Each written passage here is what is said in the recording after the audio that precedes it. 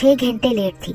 4 سال بعد وہ اپنے وطن لوٹا تھا اور سرپرائز دینے کے چکر میں گھر میں کسی کو اپنی آمد کے بارے میں آگاہ بھی نہیں کیا تھا۔ تبھی وہ آگے بڑھا اور کئی ٹیکسی ڈرائیورز اس کی طرف بڑھے، مگر وہ اس ڈرائیور کی طرف بڑھ گیا جو بے پرواہ ٹیکسی سے ٹیک لگائے کھڑا تھا۔ کہاں جانا ہے آپ کو؟ وہ کمسن لڑکا باریک آواز میں بولا۔ ڈیفینس فیز 3، معیز نے مختصراً کہا۔ بیٹھیے، اس نوجوان ٹیکسی ڈرائیور نے کہا اور جا کر ڈرائیونگ سیٹ پر بیٹھ گیا۔ ایکسکیوز می، یہ سامان کون رکھے گا؟ اوہ سوری، اس نے ہڑبڑاتے ہوئے ڈرائیونگ سیٹ چھوڑی اور ڈگی کا لاک کھولنے لگا۔ کافی کوشش کی مگر لاک نہ کھل رہا تھا۔ معیز پر بیزاری طاری ہونے لگی۔ ہٹو، لاؤ مجھے 2 چابی، میں خود کھولتا ہوں۔ پھر معیز نے خود ہی ڈگی کھولی اور سارا سامان بھی رکھ دیا۔ ڈگی واپس لاک کی اور فرنٹ سیٹ پر بیٹھ گیا۔ یہ کیا، آپ پیچھے بیٹھے؟ وہ لڑکا حیران سا بولا۔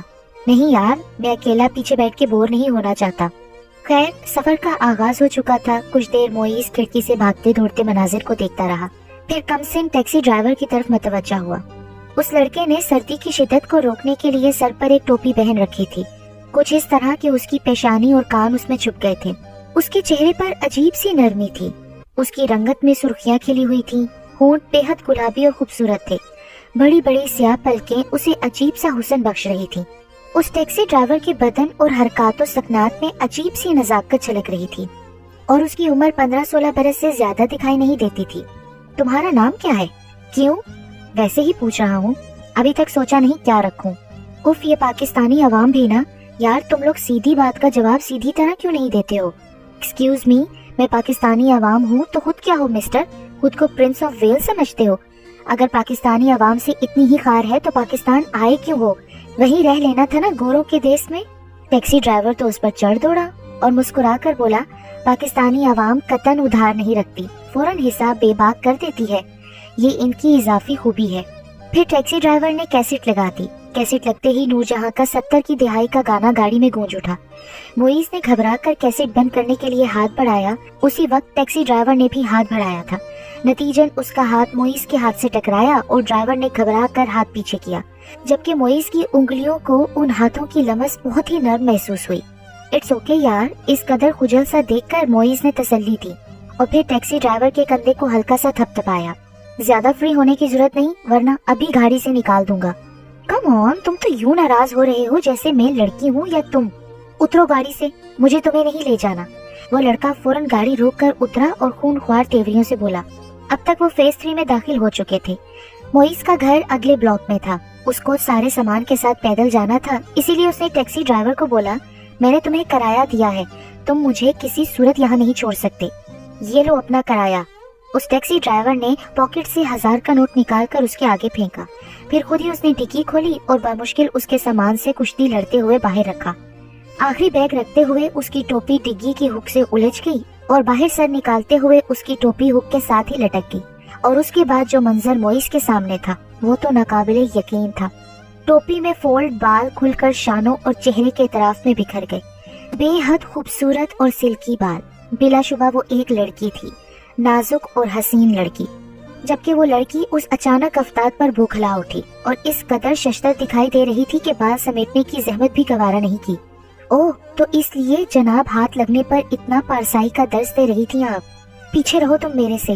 پھر ایک دم خوفزدہ ہو کر گاڑی میں بیٹھی اور لمحہ بھر کی تاخیر کیے بغیر گاڑی زن سے دوڑا لے گئی۔ معیز کتنی دیر کھڑا ان ساری باتوں کو انجوائے کرتا رہا۔ وہ سامنے آ جائے نا تو میں اس کا چہرہ نوچ لوں گی، نیہا نے کلستے ہوئے کہا تو بھابھی مسکراتی۔ تمہیں کیا ضرورت پڑی ہے ایسی الٹی سیدھی حرکتیں کرنے کی؟ یہ بات اب امو جان اور داجی سے پوچھیں، جنہوں نے مجھے پائی پائی کا محتاج کر دیا ہے۔ اگر تم نے اوٹ پٹانگ حرکتیں نہیں چھوڑی نا تو وہ تمہیں تمہاری پھپھو کے پاس لندن بھیج دیں گے۔ ٹیکسی تو اچھی ہے لیکن اس میں گانے پتہ نہیں کون سے زمانے کے ہیں۔ میں نے کیسٹ آن کیا تو 70 کی دہائی کا گانا بجنے لگا، اور پھر کیا؟ پھر اس خبیث کا ہاتھ میرے ہاتھ سے ٹچ ہو گیا۔ یہ بات سن کر تو بھابھی زوردار کہکا لگا کر ہنسنے لگی۔ امو جان اور داجی کی 3 اولادیں تھیں، زینب، قمرالزمان اور فہد۔ زینب تو بیاہ کر لندن میں مقیم تھی۔ ان سے چھوٹے قمرالزمان، جن کی ایک بیٹی نیہا اور اس سے 5 سال بڑا اس کا بھائی تھا۔ امو جان اور داجی کی نگرانی اور سائے تلے پروان چڑھنے والا ارمغان پیراڈائز ایک بہت اچھا اور خوشحال گھرانہ تھا۔ ان کی تمام اولادیں خوبصورت اور تعلیم یافتہ تھیں۔ اس گھر کی ایک ہی بیٹی تھی نیہا، جو بہت منتوں مرادوں کے بعد پیدا ہوئے تو گویا ارمغان پیراڈائز میں خوشی کی لہر دوڑ گئی۔ نیہا سب کی آنکھوں کا تارا تھی، اتنی توجہ اور محبت نے اسے کچھ ضدی اور ہٹ دھرم بنا دیا تھا۔ وہ بی ایس سی کے فائنل ایئر میں آئی تو ان کا ٹرپ ناردرن ایریاز میں جانے لگا۔ اس نے امو جان اور داجی سے اجازت طلب کی تو انہوں نے انکار کر دیا، مگر اس نے بھی ضد باندھ لی کہ وہ جا کر ہی رہے گی۔ اس نے بھوک ہڑتال کر کے دیکھی لیکن کسی صورت بات نہ منوا سکی، الٹا اس کی پاکٹ منی بند کر دی گئی۔ اس لیے اس نے بھرپور جارحیت سے اعلان کیا کہ وہ بغیر ان کے پیسے کا استعمال کیے ٹرپ پر جا کر ہی رہے گی۔ اپنے اسی ارادے کو عملی جامہ پہنانے کے لیے آج اس نے اپنے یونیورسٹی فرینڈ کی ایک ٹیکسی ادھار لی تھی جو سیکنڈ ٹائم ٹیکسی چلاتا تھا، اور ایئرپورٹ کی طرف چلی گئی۔ یہ بات صرف اس کی بھابھی کو پتا تھی، لیکن آج بھی وہ کچھ کمائے بغیر جلتی کرتی واپس لوٹ آئی تھی۔ وہ اندھا دھند بھاگتی جا رہی تھی جب اس کا سر کسی سخت چیز سے ٹکرایا۔ تھوڑی دیر بعد اس نے جائزہ لیا تو معلوم ہوا جس سے وہ ٹکرائی ہے وہ کوئی دیوار نہیں بلکہ ایک لمبے چوڑے مرد کا سینہ ہے۔ اس کے چہرے پر نگاہ پڑتے ہی اس کا حلق تک کڑوا ہو گیا، کیونکہ وہ ایک نظر میں پہچان گئی۔ یہ کیا کیا آپ نے محترمہ؟ ساری کراکری توڑ دی؟ میں نے نہیں توڑی، سامان آپ کے ہاتھ میں تھا۔ معیز نے بھی آواز سے پہچان لیا کہ یہ وہی ٹیکسی ڈرائیور ہی ہے۔ کیا میں وجہ جان سکتا ہوں کہ کون سی ریس میں حصہ لے کر اتنا تیز رفتاری سے بھاگا جا رہا تھا؟ وہ دراصل میرے پیچھے نا کتا لگ گیا تھا۔ اوہ، تو آپ اتنے چھوٹے سے کتے سے ڈر گئیں؟ معیز نے تھوڑے فاصلے پر چھوٹے سے پیارے سے کتے کو دیکھا جو اب بھی اس کی پشت پر کھڑا اپنی چھوٹی سی دم ہلا رہا تھا۔ بہرحال جو بھی ہے، آپ نے میرا نقصان کیا ہے۔ میں نے کوئی نقصان نہیں کیا۔